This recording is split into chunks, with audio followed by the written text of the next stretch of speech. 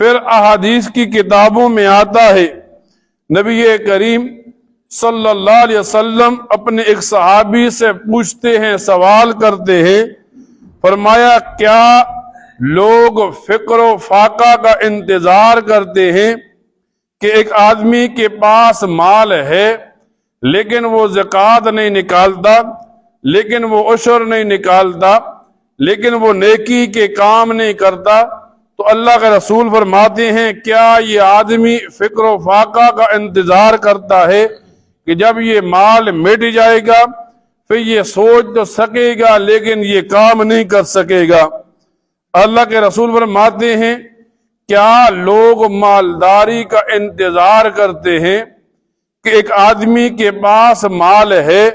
لیکن اس مال سے اللہ تعالیٰ کو خوش نہیں کرتا؟ کیا وہ ویسا مال چاہتا ہے کہ جس مال کی وجہ سے اس میں تکبر آئے، جس مال کی وجہ سے وہ قارون جیسا بن جائے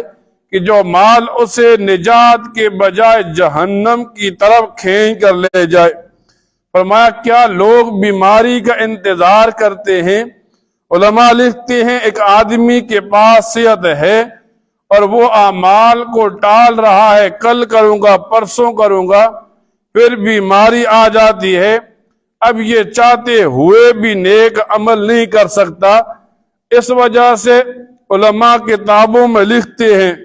ایک بندے کو جب کوئی نعمت ملتی ہے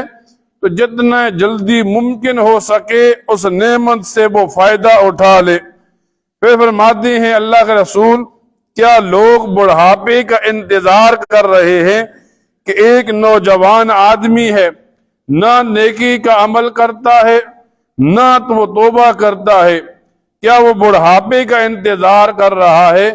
ایسا نہ ہو کہ وہ جوانی کی حالت میں دنیا سے چلا جائے۔ پھر فرمایا کیا لوگ موت کا انتظار کرتے ہیں کہ ایک آدمی کہتا ہے کل نیک عمل کروں گا، پرسوں نیک عمل کروں گا، یہاں تک کہ موت آ جاتی ہے اور یہ موت کو یوں لے لیتا ہے کہ پریشانی کی حالت میں دنیا سے چلا جاتا ہے۔ آج جب دنیا میں مسلمان آیا تو مسلمان دنیا میں آنے کے بعد کچھ غلطیاں کر بیٹھتا ہے۔ شریعت